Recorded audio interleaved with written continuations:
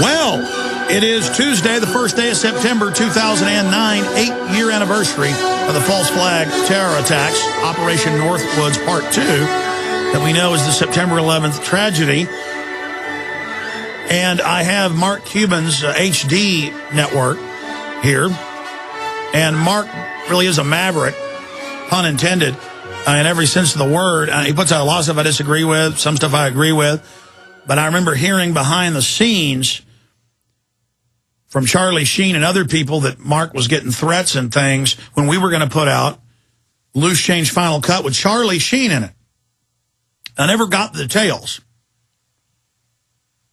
I was there when there were some conversations on the phone with him, but I wasn't on the line. I'm sitting around the table there and overlooking California, an area that's now on fire, years ago. And then later it came out in the New York Times that the Securities and Exchange Commission called Mark Cuban and emailed him and said, "We don't like you doing that 9/11 film, you bastard. We're going to send you to prison. You watch." Mark's like, my God. And suddenly he was saying he was going to put the film out. Suddenly he said, you know what? I'm not going to do this now. I don't blame him. He's like, this is getting crazy. And Bill O'Reilly was like, "You'll be found in the East River, Charlie Sheen and Mark Cuban." I mean, it was like mafia threats. Don't do this. I'm telling you, it's over for you. And what a bully. I mean, this was like crazy how scared the establishment was of one movie. They were idiots. All it made was the film go more viral on the internet. Conservatively, that film, that it's 3 variants, has probably had 100 million views, just that film alone. But the point is, one view alone on Google 3 years ago when it had been out for a year, Vanity Fair called Google and said, "What's that one video got?" And they said 10 million plus. I mean, there's just hundreds of versions. It's just there's no way to even calculate it. But they're just morons. I mean, some theatrical release, even if it was big, would have reached 1/100th of that. But again, that's why these dinosaurs only think, and that's why it's so good there's these Cold War dinosaurs that are like 85 still running things. We're in trouble when the younger ones get in. That's starting to already happen. And the younger ones are telling them, you just got to shut the web off. No matter, you got to stage a false terror attack on it, say it's dead, and Obama's like, yeah, put in the cybersecurity command to kill the web to save it. So they're moving right now on that front. It's already too late. Even that attempt's going to fail. Again, you can kill me, but ideas are bulletproof. As was said in V for Vendetta, ideas are eternal. And so there's no stopping this now. You might as well come in for the big win for the Republic, bring the bankers to justice, arrest the Federal Reserve Board for their crimes, have them indicted, as Ron Paul has called for on this show. Clearly all the crimes they've committed, the insider trading, the rigging, all of it. I'm going to go to your calls, Charles, Mike, Rick, Casey, and Jim, militia members, and get their quick comments here in a moment. But I wanted to just go over this evidence. We have a new story out on prisonplanet.com. Provocateurs at End the Fed rally. According to testimony given at a Missouri House Representatives meeting yesterday, anarchists attempted to get other protesters to commit criminal acts during the End the Fed protest last year in what was possible attempt to instigate chaos to justify a harsh crackdown on behalf of the authorities. And then it goes into all the history of this happening. In March, it came to light that the End the Fed protests, which took place at banks and regional Federal Reserve branches across the country on November 22nd, it's happened since then, were being monitored closely by the United States Army Reserve Command. We have a link to the secret document we broke right there, who implied that those protesting against the Fed and the bankster bailout were terrorists. On November 22nd, 2008, Alex Jones led a rally at the Federal Reserve Bank in Dallas, Texas. The Dallas protesters specifically mentioned in the official Army document. Ron Paul's brother was also in attendance. During testimony given in response to the infamous Missouri Information Analysis MIAC report, a document authored by Missouri Highway Patrol and distributed, it was really written by the feds, it was just a federal version, to fellow law enforcement agencies that characterizes Ron Paul supporters, libertarians, people who display political bumper stickers, people who own gold, or even people who fly the U.S. flag as potential domestic terrorists. One of the organizers who attended the protest said that anarchists attempted to recruit followers and encourage them to commit illegal acts. Yeah, and then you look at the video and the photos. I've seen this in Austin, the Fortune 500 in 99, or was it 2000? I forget. And there's these big, giant 6'4" guys pushing people, starting fights, going, "Let's riot." And I'm like, you're cops. You're not some little foundation, funded. I mean, you're foundation funded, but not the normal little anarchist, meth head, trust fund kid with snot running down their nose.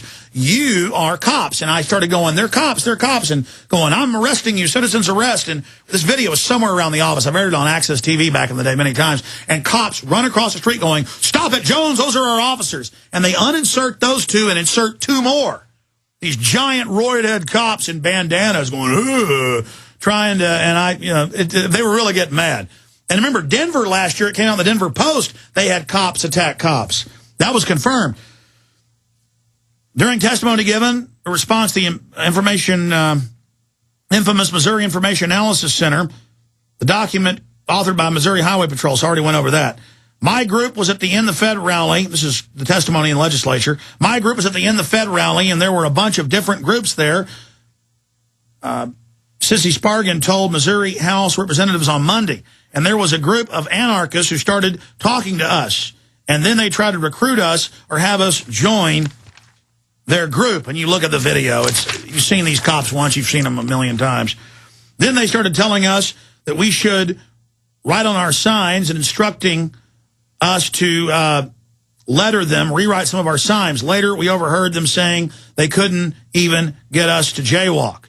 So they're like, damn, we can't get them to even jaywalk, and it's big old giant cops. I mean, it's just, because they, the cops, if they were smart, would put in smaller cops, but they're so afraid of protesters that they put their biggest, toughest guys like, it's a deadly mission, men. You're going to go commit crimes and try to stir up people to commit crimes so we can violate the First Amendment. Are you willing to go in with these grandmas and people that are against foreign banking domination?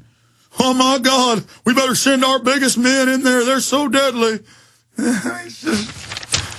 It's just ridiculous. And these guys will be scared of you when they saddle up to you at an event and say, hey, you want to blow something up? They're kind of like, you'll see them kind of shaking when they're, it's like, dude, I'm not scary here. I'm an American. I know you're a little criminal and all, but anyways. It goes on, during the April 2009 G20 summit in London, police stood back and watched anarchists attack banks and other buildings in an incident that had all the hallmarks of a staged event. Following the SPP protest in Canada, Quebec provincial authorities were forced to admit that the three rock-wielding, black mask-wearing anarchists were in fact police infiltrators used to gather information on protesters, that they staged a fake arrest. And then it just goes into police state to the takeover, where I document the police admitting that the major foundations brought in anarchists and the Delta Force commanded them. That was in all three Seattle newspapers. I mean, folks, it just goes on and on. Now, let me briefly get into some of this. Colorado GOP calls for apology after Democratic office vandalism. This is out of Fox News. I also have one here out of the Denver Post. The chairman of the Colorado Republican Party is calling on the Democratic counterpart to apologize following comments he claims connects an act of vandalism to opposition to President Barack Obama's health care reform. And then it turns out that it was a staff worker of the DNC there in Denver that supposedly did all this. So, again, every time I see it in the news where somebody puts a swastika on their dorm or burns down the black church, it's always one of the church members or the dorm member, or, I mean, it just never ends. I mean, I've never seen a modern case. And then even the Klan bombing black churches in Alabama and places in Louisiana, it came out were FBI informants doing it. I mean, it never ends. So we've got that report. Neo-Nazi rally was organized by FBI informant Orlando Sentinel. I start messing up when I go too fast. I'm going to take my time. We're going to go to your calls in a minute. Orlando Sentinel. Neo-Nazi rally was organized by FBI informant. And he set it up. He ran the whole thing. Folks, I've been to the Nazi rallies here in Austin to protest them, go and bullhorn the Klan and the Nazis. And you're looking at them. And, I mean, these aren't even white people that are dressed up like Nazis. I mean, they can't even, I guess, get ADL workers or Southern Poverty Law Center people to get up there and do it. I mean, it's ridiculous. I mean, it's totally fake. It's like the grandson of the head of the ADL is the spokesman for Al-Qaeda. I mean, and they've done the video layers off the Al-Qaeda watermark and the Intel Center logo, and it's the same video layer. They're producing these. These are fake. Okay, ladies and gentlemen? Of course, we broke that, and then Wired Magazine months later reported on it. Then he got threats and said, well, it looks like it was the same video layer. Folks, we can look in here on our primitive computers and blow it up and see it's in the same layer. Neo-Nazi rally was organized by FBI informant, so that's Orlando Sentinel. Here's a London Telegraph. Germany's top neo-Nazi spied for ministry. Then it goes into admitting that they actually staged firebombings and attacks under German intelligence orders. Here's another one. White Power rally leader was FBI snitch. Lawson reports. The FBI says, yes, he did work for us, but not when he made the latest threats. That shows how they burn their own people. Hal Turner admits he worked for the FBI. That's another one. Canadian Jewish Congress organized Nazi party. And this actually came out in the Ottawa newspaper, the Ottawa Citizen. Neo-Nazi leader was MI6 agent, London Guardian. Again, commanding it, running the attacks. Here, let's continue. Fox News, ministers, police destroyed Klan records.